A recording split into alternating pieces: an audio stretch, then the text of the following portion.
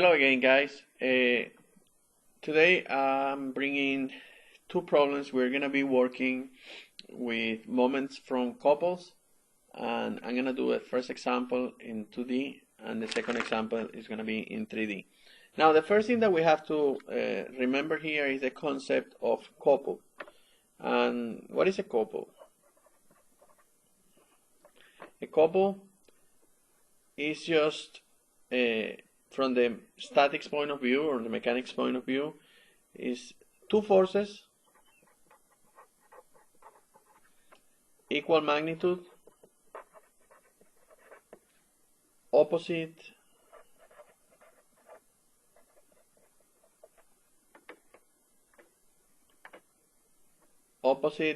direction, not collinears. What does that mean? If this force is F, then I'm going to have another force F acting here, separated by this distance D. If I have this force F, then, or F2, then I'm going to have another force here, F2, separated by this perpendicular distance.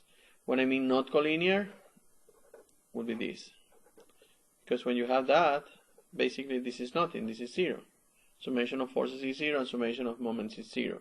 When you do this, the summation of forces in this direction is going to be zero, but the summation of moments is not going to be zero. I'm going to have a moment acting in this direction equal to F times D.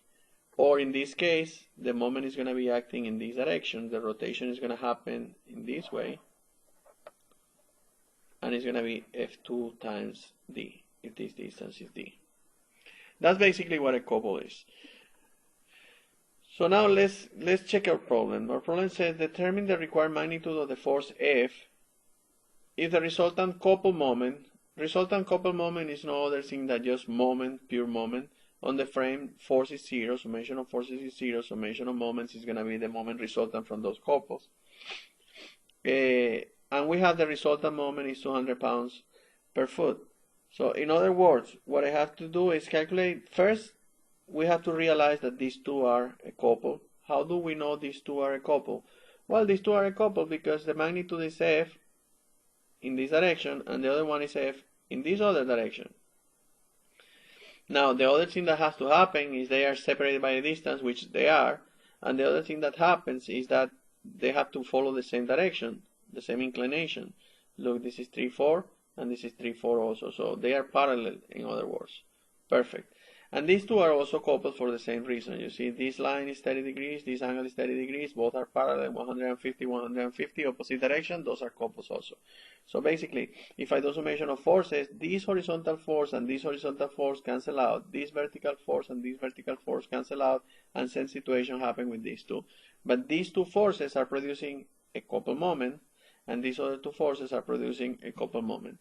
What is our goal, our objective?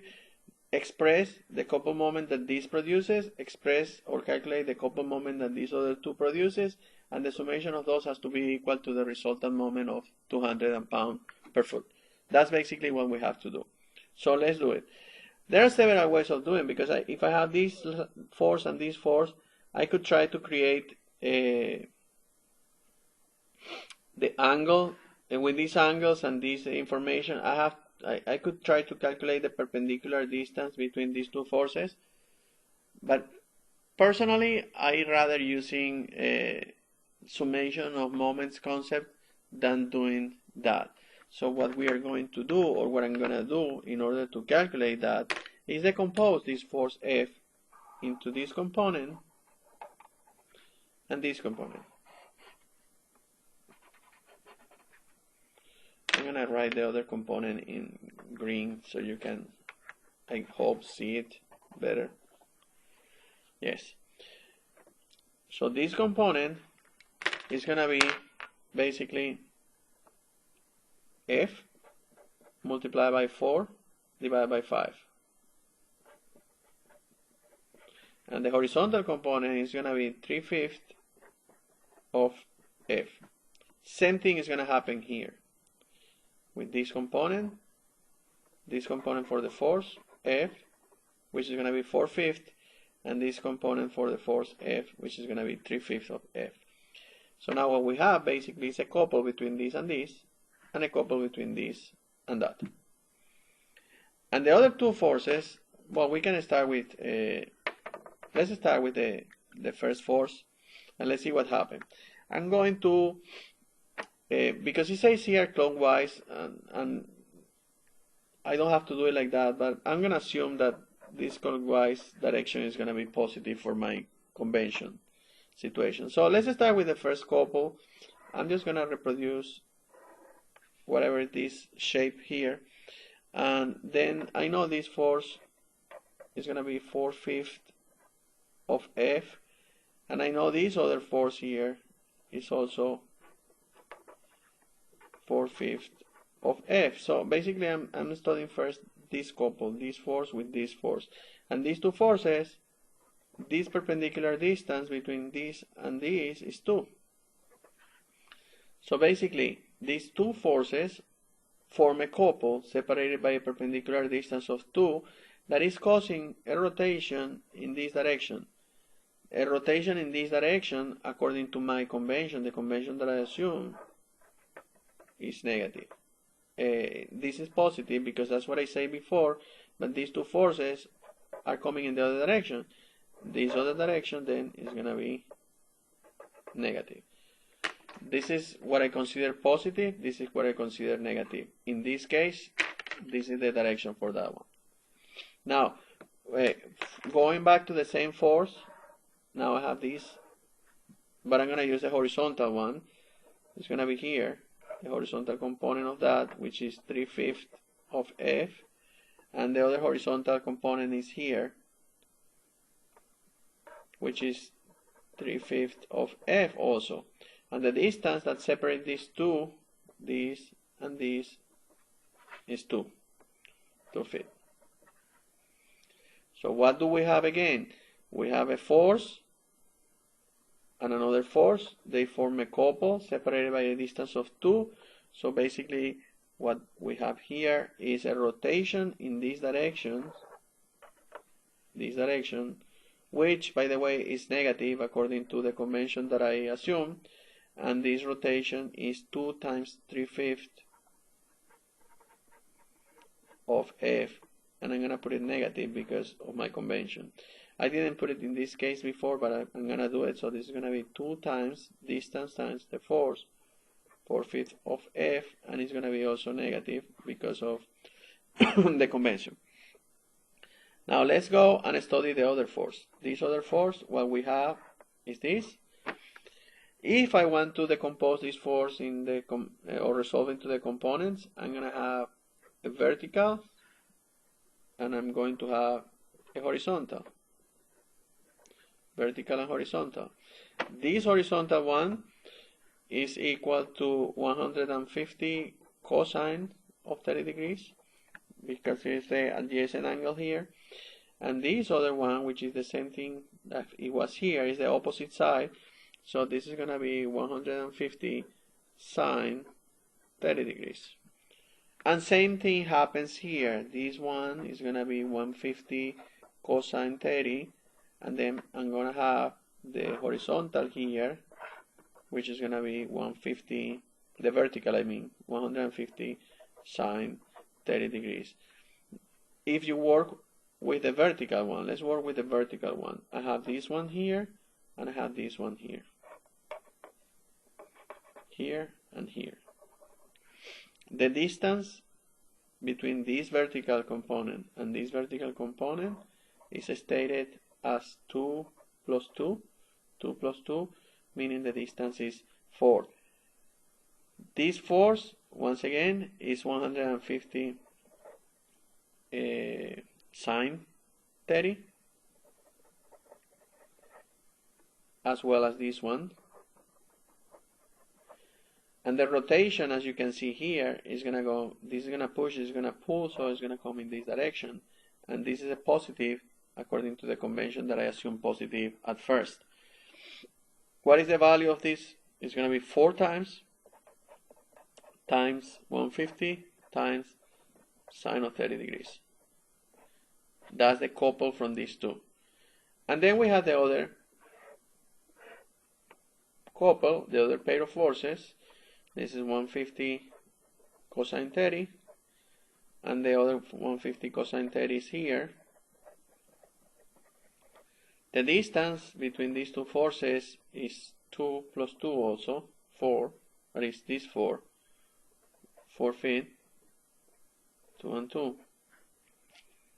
And the rotation goes in this direction, which is also positive. The value is 150 cosine 30, and the distance is 4. Now, what do we do? Well, this value plus this value plus this value plus this value, if you want to represent, you can say the summation of moments from the couples is negative 2 times 4/5 of F, negative 2 times 3/5 of F, plus 4 times 150 times sine 30, plus 4 times 150 cosine 30. And I know, because the problem is telling me, that the resultant of the frame is 200 clockwise. And I say that is positive, so this is going to be equal to 200. What I have to do is solve this equation. And when I solve this equation for F, I have 9/5 here plus 6/5, that's our 15/5, which is 3. 3 times F. I solve for this. I pass this negative to the other side also. And I get a value for F equal of 221.29, and the units for my force is pounds, are pounds. This is a really easy problem, but it's a complete problem, by the way. So if you understand these type of problems and this problem, then you can do basically any type of problem. Usually the others are even simpler because they don't ask you for the value of the force, they ask you for the resultant coming from all the couples. So I go back to this problem, review it, try to redo it, and if you get stuck, watch a video, but try to do it by yourself. Now, let me show you another problem. This time it's going to be a 3D problem. The problem that I'm going to do is the same type of situation. We're going to be working with couples. And by the way, we have to also determine the distance D. You see, this distance D inclined from here to here. That's what we have to do. And it says, determine the distance D between A and B so that the resultant couple moment, once again, has a magnitude of 20 Newton per meter. What do we know here? Well, we know that this 35 vertical pointing up and this 35 vertical pointing down forms a couple. And I know this 150 and this 150, they form a couple also. 50 and 50, I mean 50 and negative 50, these two, they form a couple also. Now, because this is in 3D, you can basically do anything that you want to, and you can say, oh, wait a second, these two couples are producing a moment that goes only in this direction. What is this direction? Well, this direction goes in the direction of I, so the only thing that I have to do is finding the distance, perpendicular distance between these two, which is the cosine of 30 multiplied by 35. And in this case, I have to find the perpendicular distance between the two and apply trigonometry. But instead of doing that, let's use Cartesian formulation, which is, in my opinion, easier when you try to start doing these type of problems and understanding these type of problems. So the first thing that we have to do are the clues. We know the magnitude of the resultant moment. Magnitude of the resultant moment is 20. So then basically the problem is telling us, find the resultant moment and get the magnitude, make that magnitude equal to 20 and solve for that unknown D. Let's start with the first couple, and by the first couple I'm referring to this 35. because this is in 3D, I'm going to use IJK, and then I'm going to resolve my forces and express my forces in this way. Remember, the moment is equal to R cross F. That's why we are doing this. First is I'm going to copy the force because the force is evident. When you work with 3D, you have to decide something. Either I stay here and I calculate my R from here to here, or I stay here and I calculate my R from here to here. Either way is going to work. The only difference is if I stay here and I say, let me calculate my R in this direction, my R is going to be this and this. What is this distance? Well, I know this is D, and this goes parallel to the bar and to the axis, so this is going to be D cosine of 30 degrees, and this is going to be D sine of 30 degrees, this part. So if I'm going from here to here, this is going to be my R and this is going to be my force. What is my R? D in the y direction, this is the y direction, it's going to be D, let me put it here, D cosine 30 degrees, and in the k direction is D sine 30 degrees, and in the I is 0 because I don't have any coordinate in I. Now be really careful with that because I already made an error here on purpose so you could see it, and I hope that you saw it. What is that? Because look at the y, it's to the right, positive, and this distance is pointing to the left, so this has to be negative here. And that's the only thing that you have to really pay attention. Now, what is my force? My force goes in K and it's positive. This is going to be 0, this is going to be 0, and this is going to be 35. What happens if I decide to come and I say, okay, I'm going to stay here and my R is going to come from here to here and my force is going to be there? There's no problem because, as you can see, all the directions are inverted and the force is also inverted, not inverted, opposite to what it was. So at the end, the determinant is going to be the same value. So this is the moment coming from this couple. Now, the moment coming from the other couple, I'm going to say that I'm going to stay also here, and I'm going to go to that direction. So my R is going to be from here to here, from here to here, and from here to here. That's the R, which is the same as if I draw a straight line from here to here, vector-wise. So the other one is going to be plus IJK. The R is first in I is this direction, from here to here. I have a distance of 0.25 or 250 millimeters. I'm going to copy here 0.25 meters in I. In J, which is Y, I have this distance, but it's negative, remember, because it's going to the left, to the back of the axis. So there's going to be negative D cosine 30. And in K, it's going up in the same direction of the z-axis, so it's positive, and this distance is D sine of 30 because I calculated before also. And what is my force? Well, remember I stayed here, so my force is going to be this force. In the same way that I stayed here and my force was that one. This force is negative 50 in I, 0, and 0. And then I have to solve this. When I solve this plus this, if I solve the first one, it's going to be 0, that multiplies this times this, negative 35 D cosine 30 minus 0. J is going to be 0 times 35, 0 minus 0 is 0, and K is going to be 0 and 0. So this is the only one that goes in I.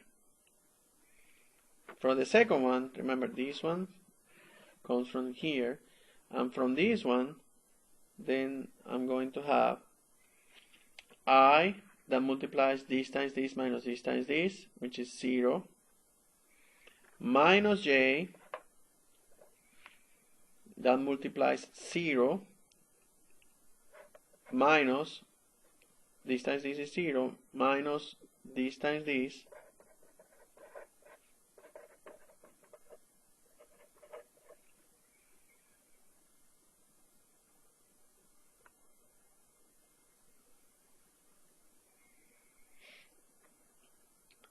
in the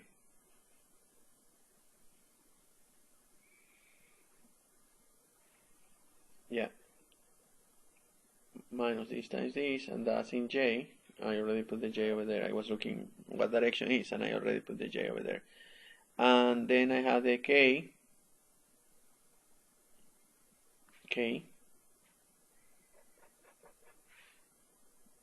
This times 0 is 0 minus 50 times minus the cosine of 30 degrees. So when I solve this, I'm going to get 35 cosine 30, that's negative 30.31d in I. Minus times minus times minus is minus, or negative, and this is, I skipped this one. So this minus times minus times minus is minus. 50 times sine 30 is 25 d j. And this is minus, minus, minus again, negative, negative. 50 times cosine 30, that's 43.30 d k. So this here is the resultant moment. This is the resultant moment coming from those couples. Now I have to get the magnitude of the resultant moment. The magnitude of the resultant moment is the square root of 30.31 squared plus 25 squared plus 43.30 squared multiplied by d squared, because this is d squared, d squared, d squared in the components. And I know that this has to be 20. Now from here I can get that 3418.59 d squared, square root of this is equal to 20, and then I can solve that d equal 0.342 meters, because remember I converted everything in meters, or d equal 342 millimeters. So summarizing what we did here is we calculated the moment of each one of the couples in Cartesian formulation, and then we took the magnitude of that moment because we knew the magnitude of the moment, equal it, solve for d, and d is 342 millimeters. Well, these are the two problems that I brought for couples, one in 2D and one in 3D. Go over them, try to solve them, and I'll see you in the next presentation. Have a good day.